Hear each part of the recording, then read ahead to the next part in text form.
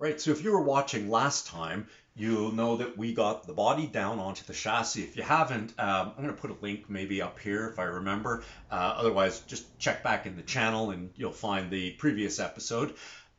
This episode, I got a few things that I want to get done, and I really would like to get, first of all, the car up higher off the ground. So that's going to involve some 2x4s or whatever I've got lying around to get underneath the engine and the back end and bring it up a good, I don't know, 6, 8, 10 inches, something like that.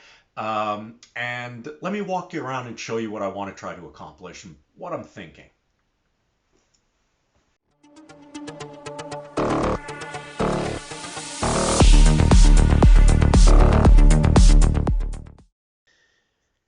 So as you know, I've got a BMW 135 straight 6 in here, and it has its own electrics, and I've got them just bagged right now. That bag is bagged. But it also has its own sort of waterproof box that's got all these really cool connectors. And, you know, what's kind of cool is it just sort of drops in here almost kind of nice like that. You know, it could sit further down. It's a little bit far in, but, you know, with a bit of jerry-rigging, working on it, you know, getting rid of this this support bracket here that used to hold the reservoir for the water.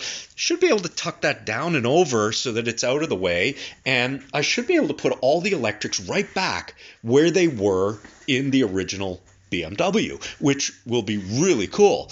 Now, the other thing is the brake booster. Now, if you look back at some of the shorts I did and some of the other videos that I have, you know that the brake booster goes here and it's got a bunch of stuff. Now, this bulkhead is quite a bit different than the BMW style. And, you know, I'm playing with an idea here. And, you know, let me know in the comments what you think, but I have a BMW 135 chassis. I don't, like unibody. I don't need it. So, where my brain is at is maybe I should just drill out all the spot welds from the transmission tunnel on that BMW and drop it in here and maybe just customize it a bit so it fits between the seats. And maybe I should grab a big chunk of the bulkhead that is on that 135 unibody, cut it out, and weld it in here. And maybe I should think about grabbing the shock towers and doing the same thing. You know, I'm starting to get this thought that, like, you know, sure, I could chop off, you know, the whole door surround, right? Or with the rear quarters, you know, and sell them. But, you know, there's parts on that unibody that are in mint shape that I could just graft onto this. You know, even things like the firewall where the air goes into the venting system.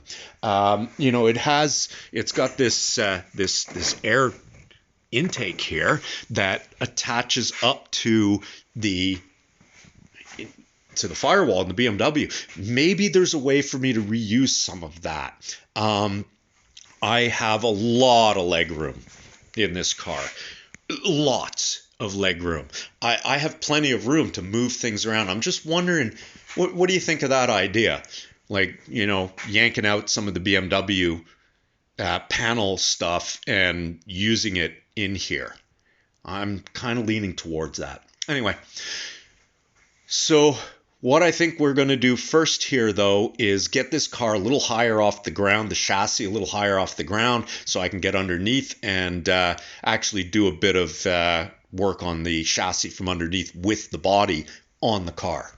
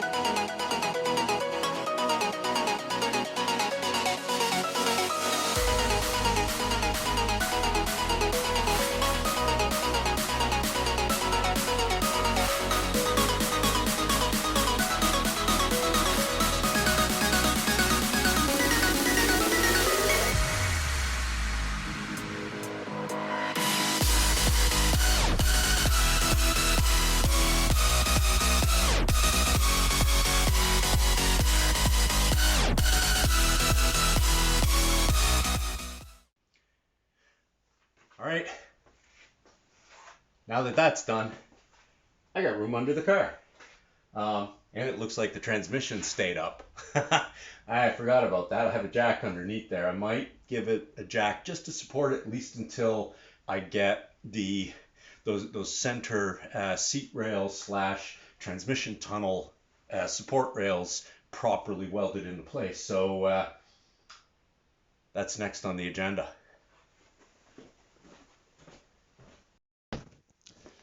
Okay, so what I did is I made a box there, and I just jacked it up on top of that box. I use screws instead of nails because as you try to shake the thing, the nails might work themselves loose, and you really don't want that. I just threw a set of axle stands under the back there, and a little piece of wood underneath, which just brought them up to the perfect height. I did, at least on this frame rail, I put a 0 on it. Just, it is level. So at least I know that that's level. I haven't checked side to side or the other side back to front. I'm not super concerned about that right now. I just wanted to get it up in place. What I do need to do, and where I'm okay that it's, let's say, not level with ground level, the body is level on the chassis. There shouldn't be much twist on this because, I might actually put a level on it because I'm going to run some braces from here to here. I don't know if you can tell or if you can see, but when I lift this side here, I've got, you can sort of see it at the door there. There's not a lot supporting it back here anymore, and I did cut away a fair bit of material out of that. It originally had an extension set going under here, but they're a little offset, and I cut them away, so those will have to be added. What I'm going to do though is I'm going to mount the fender back into place. That way I can see my door line, and I can check, because I know I haven't moved these doors. I can check to see if the gap is, where the gap is on the actual door to fender. Now, any of you who know Triumphs know that the door to fender gap was not consistent. It wasn't consistent on one car from one side to the other, or even came from factory. It was not the same from the bottom to the top. So when I say I want to get it consistent, I just want it close enough that when I take the doors off, that the back end of this doesn't drop so much that, I do all this metal work and stuff for my frame, my rails here, and the doors don't close. So basically, there's loose tolerances on this car, and that's something I do like about the body on this. I'm not going to be stupid crazy with the tolerances, or at least I say that now, but we'll see. So next thing to do is to get those back fenders just lightly, not even bolted, I'm just going to clamp them into place, bump the back of this up to where the door is lined up, and then we can get a rail, something going from here. I can't go down. I'll probably have to go to the firewall over here. I might bolt it into place. I've got a couple openings here. I'd rather not weld it to the tin, just because. I may just jack it up and do what a lot of people do, which is make a plate on the hinge, which you then bolt right to this with a bar that runs across here to the latch plate. And you remove the latch plate and you bolt it to that, and that actually it holds the whole thing. It holds it together. I might actually do that. Then I don't have to worry about welding and welding stuff in that's going to be in my way when I'm doing body work. Anyway, let's do that then.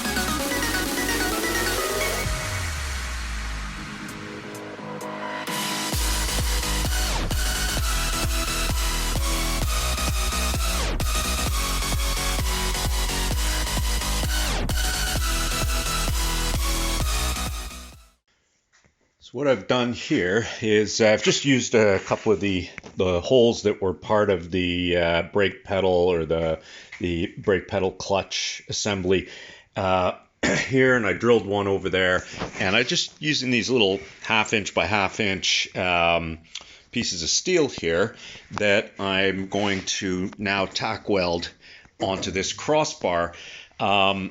So I got the opening in the door exactly the same on both sides. So, measuring from this little inside corner here right to, where is it? There. This corner in here on both sides, I got 31 1/8 inches, and that gives me a door seam that is as close as it's going to get on this car, to say the least. I'm happy with where that door seam is, to be quite honest.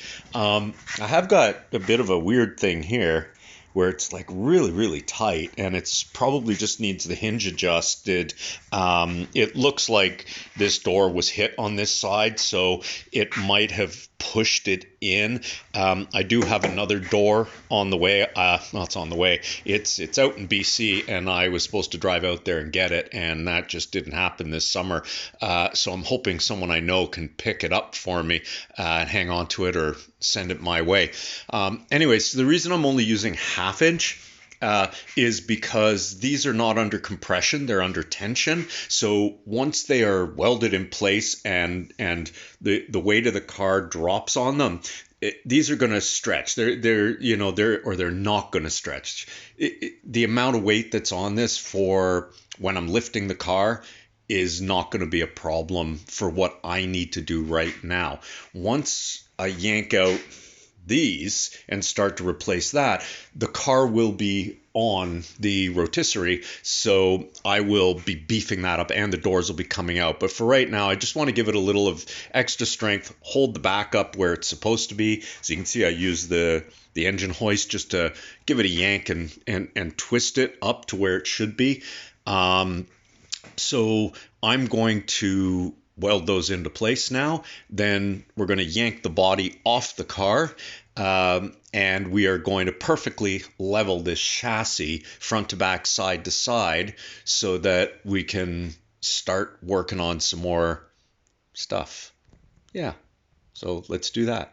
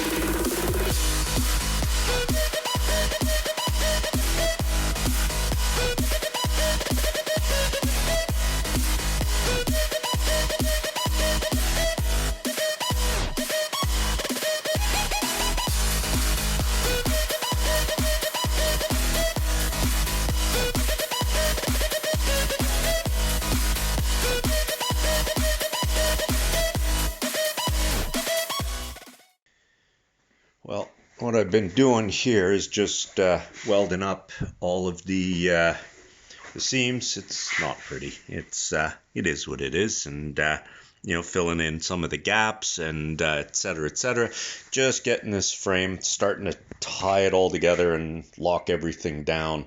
I did jack up the back in order to get the angle right, but it's when I release it, it just drops back down. It has nothing to do with this cross piece. It's in here, where the frame might be sitting a little bit down that way by 0.6 or 0.5 of a degree. Don't think it's going to be a problem. Half a degree shouldn't be an issue. I'll give it a jack when I put in my gussets there and there, and when I do these the braces in there. I'm thinking what I'm going to do is I'm actually going to do a plate of some sort over top, so I'll be just using some cardboard and templating that out and taking a look. That'll add some extra rigidity, not that it really needs it, but it'll help support the seat and floor pan pieces there. Other than that, there's just going to be a lot of welding to do as I fix up or final weld everything into place here. So that's what I'm going to do. And yeah, we'll keep doing that and then go from there.